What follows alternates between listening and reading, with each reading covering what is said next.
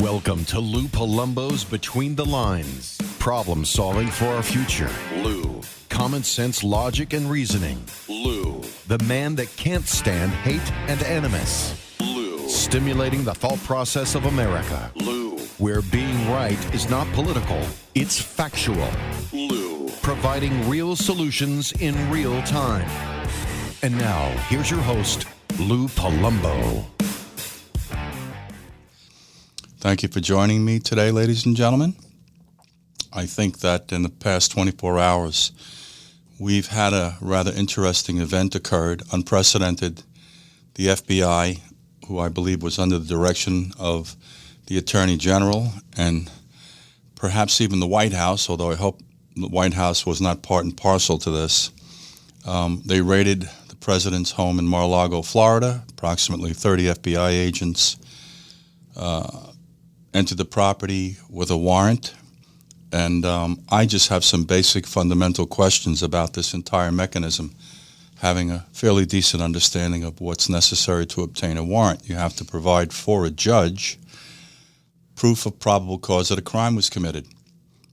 And if I understand this correctly, that crime may have been taking documents that lend itself to our national security, documents that we refer to as classified. So I have just one basic fundamental question that's going to tie it to Iraq in a minute. Just stick with me.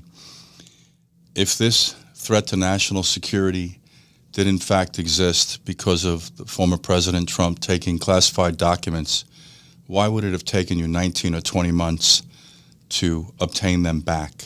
I would think time would have been of the essence, and this would have been, I would say, more expeditiously handled. I just think that there's something wrong here. And interestingly enough, the fallout of this raid yesterday morning is a further division in the country, and we even have empowered or fed the narrative of white supremacist groups such as the Oath Keepers. And, I don't know what to say. We just keep driving the stake into our heart. And the thing I want to say to you that's critically important that you understand is that this 24-hour news cycle that beats you relentlessly and emotionally into the ground is just created this animosity, division, divide, and polarized state we're living in. We have fed into their agenda. Their agenda was to promote their opinions, which are not factually based oftentimes. They're just their opinions. Their political agenda, which they are clearly attached to today. I listened to MSNBC this morning. I listened to CNN, I listened to Fox, all three of them.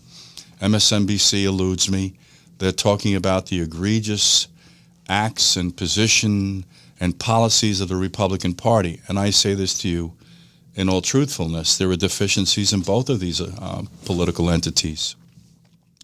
But I think it would be difficult for one to arbitrate the fact that the common denominators to the loss of our borders, the control, our inability to vet people coming into this country in mass numbers, the high crime in our major cities, the economy, and our foreign policies are all tied to one political party. And I say to you, that is not the Republican Party. And that's not as if the Republican Party do not have deficiencies, because they clearly do.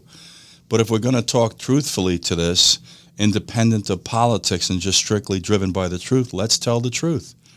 Now, I do understand that the president has talked himself into a rather interesting position in the country by insulting everybody on the planet, including the Pope. And I'm not saying that to be funny. He did. And that people harbor a lot of animosity towards him because of his lack of style, or maybe a very typical New York style. He's a kind of in-your-face guy. I think there were some issues with him, no ifs, ands, or buts about it. I think that he has learned from the system much the same way that I have. He's been exposed to a lot. He's been a party to a lot of things that lend itself to your learning process and understanding how to navigate this country and the world and society in general. I mean, he even speaks to it truthfully. His positions on bringing back manufacturing to the country, spot on. In fact, look at what we're living through today as a result of not having manufacturing in our country. The supply chain is broken. We shouldn't have to worry about a supply chain. The supply chain should be internalized, period. He spoke to the disparity in NATO, disproportionate amounts of money that the United States was paying while we were protecting countries from another country that they have a pipeline set up with, that's Germany and Russia. Whether people like this or not, this is the truth, and I would debate this with anyone. And I had a young lady on last week, Corinne Shannon, and we had an interesting exchange, which I'm going to do a little follow-up on with you in a second. We need to have orderly migration. It needs to be done in an orderly fashion that facilitates a vetting process, period. Not that if you're a better swimmer than I am, you're going to make it across the Rio Grande in some spots, therefore gaining entry into the country. Not to mention this number of gotaways that I hear as high as 900,000. Those are individuals that crossed into this country detected by technology, i.e. cameras and drones. And we don't have a clue where they are. We are now indiscriminately dropping, I'm going to say, busloads and plane loads of migrants into various cities. We witnessed it on a number of occasions in Westchester Airport, just above New York City, Westchester County. Nashville, Tennessee, Jacksonville, Florida, cities in Arizona. We've got an issue here with the borders, and he was correct in his policy to hold everything in place, especially during the COVID virus. I don't understand why the priority in this country isn't this country. We're so busy wiping the heinies of other people or cultures across the country that the horse is out of the stall here. We are not taking care of our own people, no less people coming across the border or the Ukrainians. I mean, this has gotten to the point of hilarity. I don't know how else to say it to you. Excuse me. But I wish at some point in time, someone who's an elected official would take the time and make the priority this country, and in particular, our children, which we are not. We are setting the stage for a very dismal future for our children and this country. I keep trying to point out to everyone the significance and the growth of the population of the country, which, interestingly enough, I'm not going to go back to this right now, but the young lady who spoke with me last week, Corinne Shannon, indicated that Japan was at zero growth and we were still growing, which I'm now learning we're not. Number one. Number two, I mentioned to her the fact that migrants were being dropped in cities throughout the United States. She had no knowledge of that. And I'm not saying that to be critical of her, because I think she's well-intended. Her heart's in the right place and she's trying to help people. But to be helpful to people, let's first direct that towards our people. I gather she's dedicated a lot of her time, if not all of her time, pro bono, to facilitating access into the country by migrants. I think we better start taking care of our own people. We don't take care of our homeless, our mentally ill, our elderly, our children, and sinfully, our veterans. But we seem to be inclined to put attorneys in foreign countries so we make sure people who are fleeing oppression, I got it, are coming into the United States. This has to be done in an orderly fashion. That's it in a nutshell, number one. Number two, I spoke last week with her, and I mentioned the vice president coining this term, root cause. The root cause is simple. The governments that are operating these countries that these migrants are leaving are just tyrannical, vicious, violent, and corrupt. Maybe the United States has to stop insinuating itself into parts of the world that really don't need us there, like the Middle East, and start to look south into South America and Central America and tell them either get your act together or we're going to invade you. Maybe we'll bomb you. I don't quite know where the disconnect is in understanding what needs to be done to protect the interest of this country and, most importantly, the interest of our children and their future. Going back to this issue with Donald Trump, objectively speaking, Hillary Clinton factually acid-washed 33,000 emails. She mishandled classified information. It went into a laptop with Uma Urbidin, her aide, in which her husband, Weiner, got his hands on. I'm just in a disconnect here. There was no raid, no prosecution. In fact, the FBI director, Comey, so cleverly waltzed around this issue. Guys, I want to thank our sponsors today, Instacart and Buzzsprout. They're both user-friendly. There'll be some special offers later in the show that you'll be able to find. And I want to go to a quick break and then come right back and introduce gentleman Gene Berardelli, who is our guest today. We'll be right back. Instacart, another interesting concept. You can go to your favorite grocery stores, sign on to their application without leaving your home, the comfort of your home. Just pick out the items you'd like. They'll assign a personal shopper for you and deliver them to the point that you would like them delivered to. Another great concept, very user-friendly, and I'll be honest, we use it also. It's very effective, and they're very, very good. They're very on point. Okay, guys, so our guest today is a gentleman by the name of Gene Berardelli. He's a street-smart New York trial attorney and a noted New York election specialist. By night, he's a national award-winning podcaster, political columnist, and an all-around snarky content creator. And most recently, Gene has authored the book Schnooks, Crooks, Liars, and Scoundrels, a field guide to identify political buffoons, a humorous look at the absurdity that has overtaken our political discourse and what we can do to combat it. Without further ado, please allow me to introduce Mr. Berardelli. Are you there, Gene? Hey. Yeah, I'm here. Thanks so much for having me. I so appreciate it. It's my pleasure. How are you doing today? I'm very well, thank you. I'm very well. So first thing I want to ask you is, what's your book about? So the book really is about sort of a culmination of all the thoughts I had when I was involved in politics and how this is the best we have. I don't get why the worst people in the world seem to gravitate towards politics. So it got me thinking about, well, let's start pointing out the flaws of all these people and let's have a good laugh about it. Because in my opinion, I think humor is probably the biggest way that we can affect culture. And if we start pointing and laughing at these buffoons, maybe we'll start electing some of the better leaders of the future. Gene, I hear what you're saying, and I want to be as diplomatic and as gentleman saying this. I realize there's humor attached to this to a degree, but I think that it's deteriorated to a degree where it's not really that funny any longer, because they're taking us down dire straits, number one. Number two, there's a real viable explanation as to why we have the caliber of leader we have today, and that's because smart people wouldn't go near these elected offices.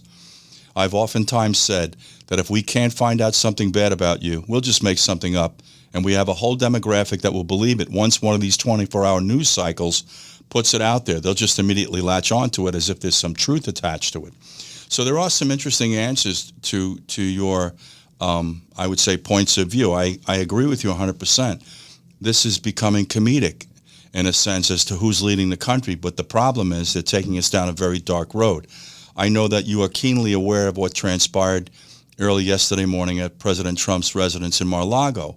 I just said in an opening, and maybe you're the attorney in the family, if this was an issue, this warrant was issued, predicated on a threat to national security because he held documents that were classified, it took you 19 months to go after them? This reminds me of the Iraq War. 2 weeks after they leveled the buildings in New York City, where I was there that day at Times Square with ABC and Good Morning America.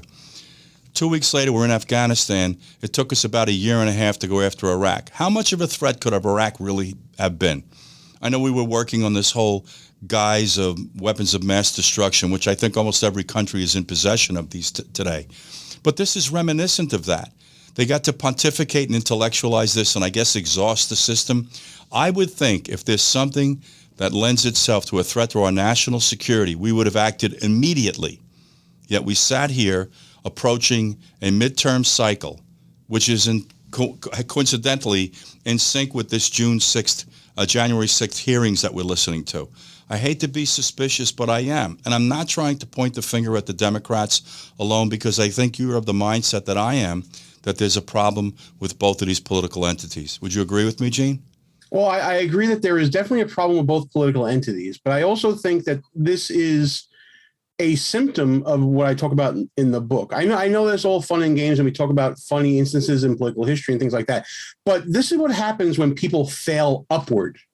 It's been reported recently that President Biden was kept in the dark about what happened last night at Mar-a-Lago, but was he kept in the dark, or was he just ignorant of it, is kind of the question I have about that. But this is what happens when buffoonish politicians fail upwards. They get this overconfidence in their ability, and really their own insecurities show out. Is it a coincidence that this raid happened after the CPAC Texas poll showed President Trump as an overwhelming favorite to be the nominee for the Republican Party? Is it coincidence that this happened after a multitude of primary elections where Trump-supported candidates were beating establishment Republicans in the primary? I leave that up to the audience to make the conclusions about that and to do their own research on it. But the bottom line for me is, this is not, I mean, this is akin to me of going after someone for failing to bring back a library book. This is akin to something like failing to rewind your video cassette. If you want to date my age, feel free to do so. But this is akin to those sort of things that you didn't need a federal raid to occur at a private club of a former president. It just doesn't get to that level for what they're looking for. You know, Gene, I have a much, much greater concern here, and it lends itself to what I said in the opening, and it has to do with the media. You know, it's so interesting. We barely hear about the Ukraine now. China dominated the news cycle, and all of a sudden that went to the back burner because this is the new flavor of the day. But what everyone doesn't understand, thinking outside the box, is this is just furthering the divide in this country.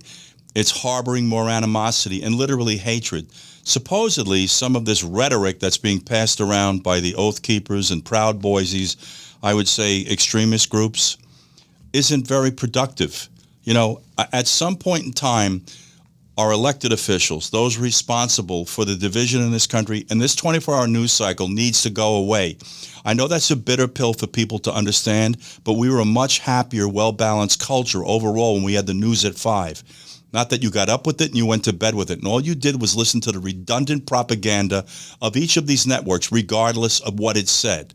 Now, each of these media outlets, and I've run the security for CNN since 1996. When it came out of the gate, it was the cutting edge. It was open-minded, it was objective, it was fact-driven. It took on a political taint, which Chris Cuomo so conveniently alludes to today if you listen to him on Bill Maher. Am I right, Gene?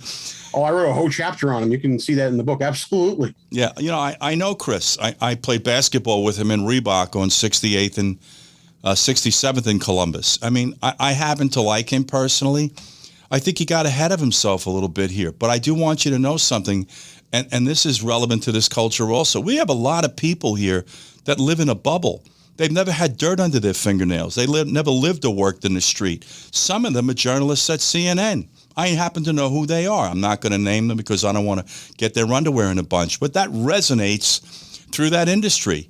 They do not understand what the common man lives in this country, just the same way our elected officials do. The system is broken, Gene. In fact, not only is the system... Absolutely. No, you understand what I'm saying. Good. I want to give you an opportunity to speak. Absolutely. Listen, I totally agree with you.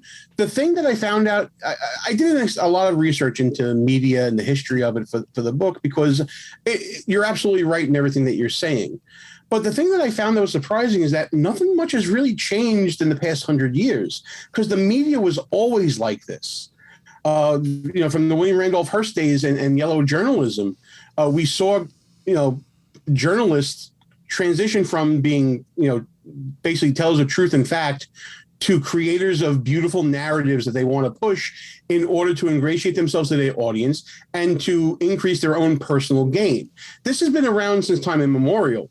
In America, it's part of actually the liberal tradition of journalism, unfortunately. In that respect, a lot hasn't changed, but I get exactly what you're saying about the 24-hour news cycle. It's now the yellow journalism on steroids. They're killing us. They're killing this country. They're dividing it and destroying this country to promote their agenda, which is greatly attached to the salary. But I want to tell you something about the comment you just made about how long this has been going on.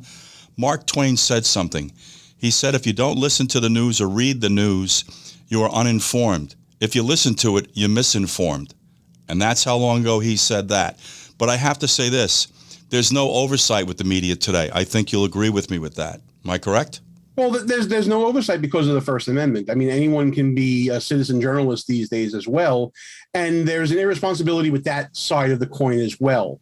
It really means that everyone out there has to do their own research. They have to do their own investigation of facts. And how much time per day can we devote to that? Media has a responsibility to report honestly. You don't have to tell me what I want to hear, but just tell me what it is so I can make an informed decision in my life about what's going on. And that's what we're losing sight of. It's become advocacy rather than journalism. Well, I tell you this, Gene. I mean, people will, if you review my podcasts, and I do a radio show live in Jacksonville from 5 to 6 Monday and Tuesdays, I tell people a couple of things. A, this is food for thought.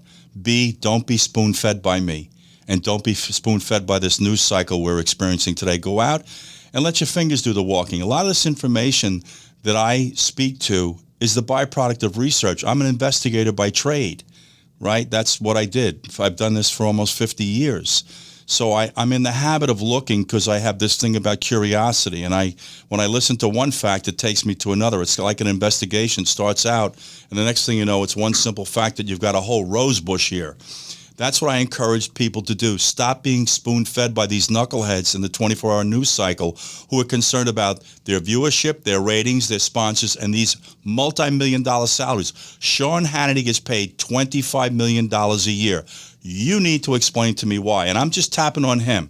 And this is resonating throughout this media world, regardless of the media identifier, MSNBC, CNN. I'll tell you, interestingly enough, Gene, I worked for Al Jazeera when they had a very strong presence in New York. They're on 8th Avenue and 34th Street. The most credible news that we were getting was from them, not from our own people.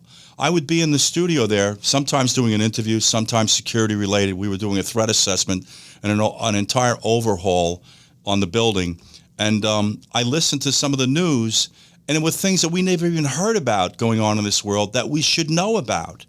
You know, so there's a problem with the country, and it started with this whole news cycle.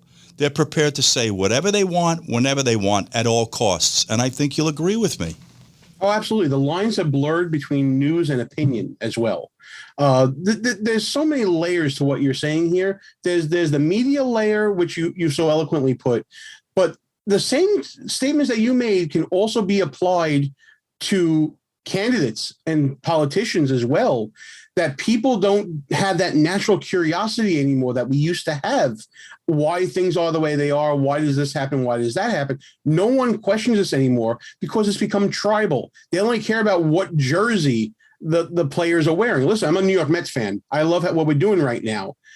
I love the players that we have, but just because J.D. Davis got traded to the Giants doesn't mean I still don't like the guy. I won't root for him when he plays against my team, but that's what's lost here in America.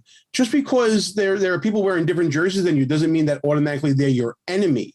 And I guess just to dovetail it back to the book, that's what I'm trying to get people to do, to think critically about what kind of people are we listening to in the media, what kind of people are we electing into public office, starting at the local level all the way on up, and why these people metastasize into these dangerous buffoons that we see that end up raiding Mar-a-Lago. This is the challenge of our time, Lou, and you know, we have to face it head on. I'm agreeing with you. We're going to take a quick break. We're going to come right back, Gene. Guys, stick with us. This is Between the Lines. You can participate by going to betweenthelines.tv. Please email, call, whatever's most convenient. Send a pigeon with a message, or a dove for that matter. We'll take it. We'll be right back, guys. So let me tell you a little bit about Buzzsprout. Very interesting concept. Basically, it allows you to set up your own podcast. One of the most advantageous things about using Buzzsprout is it's user-friendly. So I encourage you highly, if your inclination is to create your own podcast, please look into Buzzsprout. And by the way, we use it. We're back, and I have a gentleman with me today, Gene Berardelli. He wrote a rather interesting book, which is humorous attachment. It's called Schnooks, Crooks, Liars, and Scoundrels. And Gene, I want to come back to you, and I want to just comment a little bit on what you just spoke to. There's one problem with Americans. They're naive. They vote for people not realizing that they're not necessarily intent on representing them as they say they would, number one. The other problem we have is complacency. We're very complacent in this country today. We're just sitting around here happy. The other thing is we're distracted, Gene. Your iPad generation, your cell phone generation, your generation of vehicle, your flat screen TV. Do I go gas? Do I go electric? Boy, these are problems we really have. In the meanwhile, the horse is out of the stall. And now the question is, can we get the horse back in the stall without slaughtering the other side? Because that's really what they keep talking to in politics. If you listen to it today, the Republicans are threatening. McCarthy came out and said it. Wait till we get back in. That's not the answer to this either. At some point, you have to extend the olive branch and say, you know what, guys?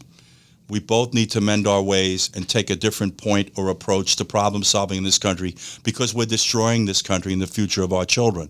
And it's on a myriad of topics. You know, I can fix the border for you 24 hours. In fact, it looks like through divine intervention, Biden is now putting the wall back up in Yuma. I guess there must be something going on there that isn't going on in Texas. We'll see. You know, as far as your major cities go, you've got to convince a whole demographic of people that are voters to vote people in that will protect their children, make their streets safe, afford them education, proper diet, better housing, and better medicine. Good luck, but it can be done. If we take some of these billions of dollars we're spewing across the planet here and put them in here. I have to tell you this. I have no problem with IRS. IRS is a necessary evil. $80 billion to hire 87,000 IRS agents. How about you hire half of that and take $40 billion and give it to the indigent people here? I just want to know what they're going to do for these people in Kentucky, by the way, because I just had film crews we were covering down there from ABC. This is beyond description in words. Gene, the country's off track. I think you'll agree with me. Yeah, I do. You gave a whole bunch of adjectives for the American people. I'll add one more to it, and that's frivolous. We become a very frivolous people because of the comforts that past generations have afforded us. And we're getting into this cycle now of we become a softer, more frivolous people as a result of it, which is just going to lead to more hard times down the road, as you pointed out. And I think that laziness that you describe is born from a lot of success that we had. And we've put everything on autopilot. We have televisions now that will tape whatever show we want. We have, computers and the world at our fingertips and the greatest collection of knowledge that any people has ever had. And we use it for cat videos. And all the while, the people who want to get ahead and want to get over on us are allowed to roam freely in Washington, in Albany, and all points in between, all over the country, in every Capitol House and every city hall. And they're just left to their own devices because nobody's minding the store. And we have nobody but ourselves to blame for that. So what can we do to get back to that? We need to become more vigilant. We need to ask more questions. We need to be allowed to ask more questions and fight back when people confront us on why we're asking about certain things, because people in power want to stay in power. And that's going to be the main challenge. Luckily, though, a lot of these people that have gone forward and progressed in politics, not the brightest bulbs in the box. So we're able to outsmart a lot of these people, and hopefully we'll be able to be more discerning in the future as we are electing future leaders. My thing, Gene, with this podcast and this show, I'm really trying to inspire people to think and to empower them, because I believe they feel hopeless and helpless in this country. You don't know what to do or how to do it. People just throw their hands up in desperation. Let's be honest. We are so out of control, which is a byproduct of population growth, that people just don't even know where to start with this. And so I say to them, keep it simple. Be decent, be civil. Change the manner in which we engage one another. Reintroduce civility, decency, respect, all of which have left the conversation. We have to reprogram the thinking of the American public in a positive manner, empower them and make them understand they do not have to be a victim here, which is what we are today. It's all there is to say about it. But the key is not to further alienate the political affiliation you are not aligned with. That's not the solution to this thing.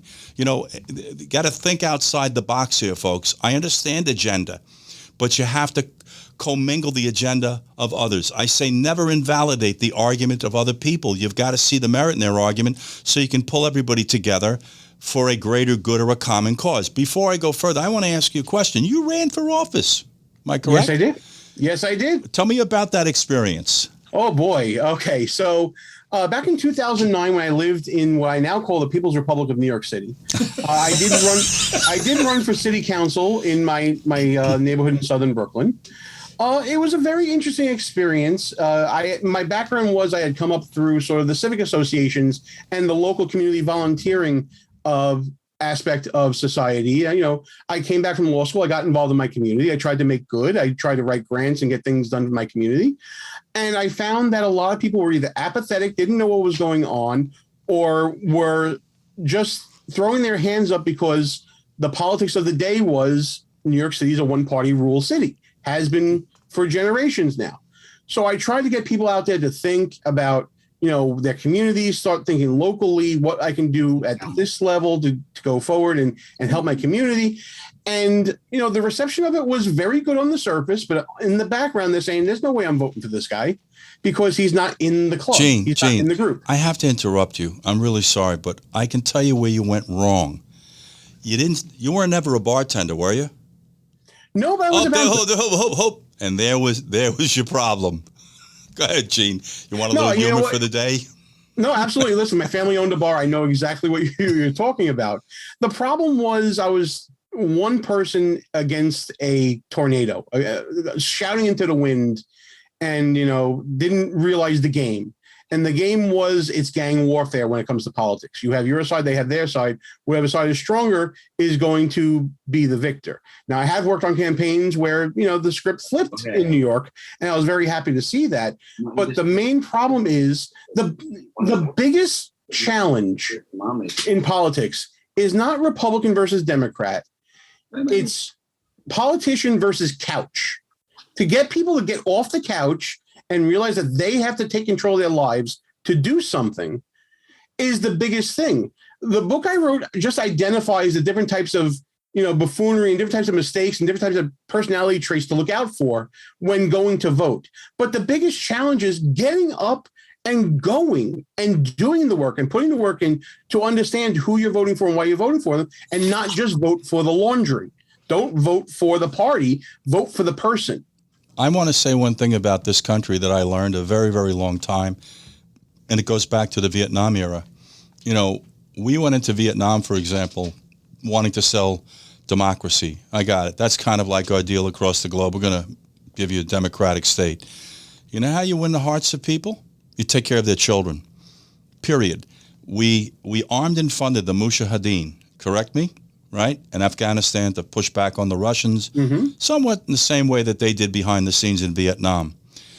After we accomplished that mission, we didn't put 2 cents into rebuilding that country. Most importantly, doing anything for the children in that country. If I take care of your kids, you will follow me. That's one thing I do know about people, because as a rule, there is nothing more people love than their children. Correct me if I'm wrong, Gene. Right? Oh, you know what? You saw that in the last election cycle in 2021 in Virginia. What was the biggest issue going on? Absolutely, buddy. You see, that's the approach to the American public. That's what I say to people every day. It's not that I don't care about the big people. I care about all people. It's just my nature. But I'm worried about the young people here, Gene. What is it we're leaving them? They're entitled to something better than this. And so I appeal to people to go out and vote for people that are going to protect your children, going to keep your children safe, keep your children free. That's where we need to go with this. Take your politics and your agenda and push it to the side and think about your children, about getting them fed, getting them educated, especially in minority neighborhoods. Gene, you're a New Yorker, I know from talking to you. I came out of Bed-Stuy. Yeah, okay. Sheepshead Bay. I mean, I know Sheepshead Bay. Some good restaurants down there, by the way. Oh, Randazzo's, baby. I still go there. There you go. On the water, yep. But absolutely. But you're absolutely right, Lou, in that I'll take it a step further. Yes, caring about children also means caring about your community. Voting local is the most important thing. School board elections are not hard to get involved with. You go to one meeting, you find out who the candidates are, you find out what the school budget is, and you go there and you vote. These are things that people in communities across the country should get involved in. We saw it in Virginia. Parents became a voting bloc because they did exactly what you said, Lou. They care about their children and what's going on with them. We need more people to be activated in that sense, and then they can start becoming aware of not only what's in the community, but in the larger community, their county, their state, and then in the nation. Everybody likes to talk about the sexy stuff in politics, the bickering, the fighting, who owned who, and who went viral, and this, that, and the third. That's not what it's all about. It's about leadership. It's about finding the right leaders, and leadership starts with you, not with a politician. I agree with that statement in totality, which lends itself to this notion about failed parenting today and the loss of a generation that seems to be, I would say, preoccupied and engaging in mass shootings. Part of the problem, Gene, I went to St. John's University, by the way. I'll give you a chuckle. I was a philosophy major, and I had 21 credits in political science, which I guess qualifies a minor. And then I went into law enforcement, which confused my family. But the point I try to make is that, we need to get back to the core of many of these problems, and it starts in the home. But I want to say one thing to you, going back to our major cities, which I spoke to earlier. If we intend on getting the voting base of any city back on track to empower the police to reinstall boundaries and consequences, you've got to start to speak to the people that have children that are the collateral damage to the activities in those cities, and that's not being done. Okay, we get a lot of chatter. You have to motivate the voter. That's part of this. And there's no bigger motivator, in my opinion. We know about money. Let's not kid ourselves. But I think our children are right up there with that. I really do believe that. And the bottom line is that in addition to these issues that we're speaking to, every time you allude to Washington, D.C., my brain goes to special interest groups, right, and lobbyists, which are steering this country. We've got a lot of problems here and a lot of prior practices that we need to abandon. That's all there is to it. And until, I guess, we start to elect people that are sincerely invested in protecting this country and its future, I don't know where we're going to end up here, because it doesn't seem to be getting better. I think it's getting worse, Gene. And what do you think? I agree that things are getting worse, but I have hope. I have hope because I see a lot of new media out there educating younger demographics. I don't think that people who are younger than us are watching Fox News, CNN, MSNBC, or anything on the cable channels. I think they're going online. I think they're finding independent media. And I have hope that this next generation of independent media is going to be more educational to potential voters than anything else. But you're absolutely right in pointing out about how you start with issues that unify.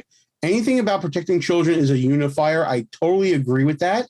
The biggest challenge in cities like the People's Republic of New York City and other places is that voters get addicted to social programs, and they lose that drive. We talk about losing the drive of natural curiosity. They lose the drive to support themselves when they get free money, essentially. But those of us who are discerning know nothing's ever free in this world. There's always a cost. And the cost to those people is you start creating a society and a culture that sets people up for failure. You no longer have the drive to go out and do for yourself and build your own future. You are now reliant and dependent upon the future of government and the future of a party. And that leads down the road to ruin that we've seen in many of these big cities. We're going to go to a quick break, Gina. We're going to come back to that same topic you're talking about, which I basically call crippling the populace. But we'll be right back, guys. We're back, ladies and gentlemen, and I have a gentleman on the phone. He's an attorney. He's a New Yorker. Gene Berardelli wrote a book, very interesting and humorous book, Snooks, Crooks, Liars, and Scoundrels, a field guide to identifying political buffoons. Gene, I want to say one thing to you. I'm old enough. I know you may not be aware of this, but stop with the age stuff. You're still spry and young. Let me tell you, buddy, I got a lot of gas in the tank, and it's just I've got a good gene pool. But That's I was around in 1965 when we passed welfare, and as a young kid, I go like, why would you do something like this and rob people of motivation? We just further enslaved them is what we did. I hate to pick on the Democratic Party because I believe we need a healthy Democratic Party. And I do believe there were members of the Democratic Party that were, I would say, directed or motivated to do what's best for this country. I say this, Gene, I believe in taking care of people. I've been doing it my whole life, occupationally and in my family. But you don't do it on other people's backs. That's one thing that went wrong. 1965 was really interesting. We passed welfare. We passed the Civil Rights Bill, which was critically needed, although you shouldn't really need a Civil Rights Bill so people can have civil rights, if you really understand this thing. But, the long and the short of it is you're spot on with this. We're crippling everyone. It's why we can't get people to go back to work, Gene. Am I correct? I totally agree with you. Now, let's be clear. everybody has a heart for someone who's struggling. Everyone, doesn't matter what party you're in, doesn't matter what you believe, if you believe in capitalism, socialism, whatever, we all have a heart. We all want people to do well. We all want people to thrive, prosper, and to be successful. Everybody wants that for everyone. What we don't want is for people to become to turn into this malaise and to basically have no hope. The problem with welfare, as I saw it growing up in the 80s, was there was no escape from it. There was no exit ramp. It was you were getting this and whatever pittance it was, and that was it. There was no way to get off it, to better yourself. There was no program to say, okay, you're going to get this help, but you got to eventually pull yourself up by your own bootstraps, and you got to be able to put the work in. That was what was missing. I think we saw that with Giuliani in the early 90s and going forward into Bloomberg as well. But that is that's a microcosm for society now. Everybody wants everything handed to them. And we do, to some extent. We talked about with the internet, having the world at our fingertips. We talked about that with, having all this prosperity, but we're heading towards hard times now. And it's time for this generation coming up, including, and I put myself in there as well. We all need to get back to the idea of self-reliance and not relying on the police to come, the fire department to come to put out the fire. If you have a hose, start putting it out yourself. One thing I do want to say, you just mentioned young people. We have some explaining to do. That's all I have to say to you, because we've got a whole generation or two of young people that do not understand how we got here. You and I do, because I lived it personally. I was born in 1951, so I lived in a different America growing up. These children don't understand what I had, where I could ride a bike or a subway or go out at 8 o'clock in the morning, come home when it got dark and not have to worry about your safety or you disappearing in the street, or all of this instability politically because it just didn't happen. It was a different country. Did it need to be improved upon from when I was younger? Absolutely. But I don't look at what we're doing today as improvement. Anything that lends itself to division and animosity and polarization is not a positive product. And these children, unfortunately, are reliant upon us to give them guidance as what parenting is about, right? And I try to speak to the young people, Gene. I try to listen to what their concerns are and to make sense of the crazy here. I kid around with people. I go, I have battle fatigue. I'm still built like an animal. I work out. You can tell I'm sharp as a tack. I've got battle fatigue from the crazy. I'm worn out. What about our kids? You know what? There's part of it that I totally agree with you on, but there's also this idea that has become in vogue recently of what they call the fourth turning. This theory by William Strauss and Neil Howe. I allude to it in the book, that history has this rhythm of growth, maturation, entropy, and rebirth. The idea of strong people make good times make weak people make bad times, and bad times make strong people. Sort of that whole cyclical turning of life and history. Think about the history that you've lived. We saw the growth in, World War II era, 1940s, 1950s. We saw sort of that maturation in the 60s and 70s, where America started to prosper a little bit more, and especially in the 80s as well, when you see Wall Street going through the roof and all that kind of stuff. Now you're starting to see that entropy. You're starting to see that those good times are leading to some weak people, and the weak people are starting to bring about the hard times that we're starting to face right now. That's why we have a leader in the White House right now who, forgive me, is not as spry, is definitely not taking the same vitamins that you are, Lou. And we have this vacuum of leadership because a lot of people didn't know what to do because all they've known are good times. And I think that's a problem here that we're going to see is going to be a generational problem, unfortunately. Gene, part of the responsibility, again, lies with the parent, because as we go through generation after generation of parenting, you want your children to have more. You want them to struggle less, have less adversity, and unfortunately, adversity and disappointment builds your character. And we're stripping our children of those experiences, which is why they appreciate builds accomplishment. Yes, and character builds accomplishment. Exactly. And we're stripping them of those attributes of building character. I mean, I don't know what to say, but the thing I go back to is you got to inspire in the home. You know, the way that I interact with my children would astonish you.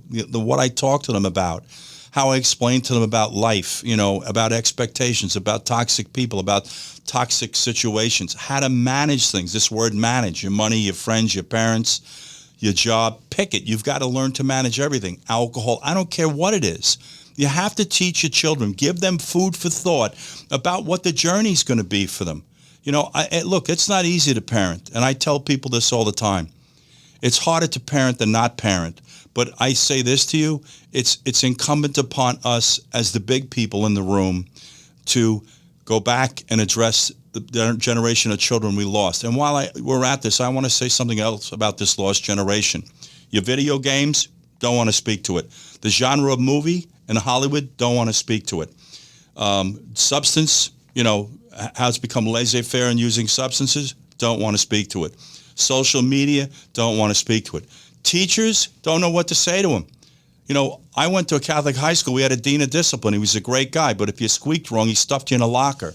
It was called behavior modification. I know you're not old enough for that, but I am. And I'm not saying go to that extreme, but we went from one extreme to another extreme. That if you look at a kid today and you scar him emotionally, the parents are going to sue you and try to get your job. So I don't know what the teachers do, but we've got a systemic failure here. And we're not speaking to it. We're speaking around it. We keep making you think if we pass gun control laws, it's going to be like a magic wand and all your problems are going to go away. No, they're not.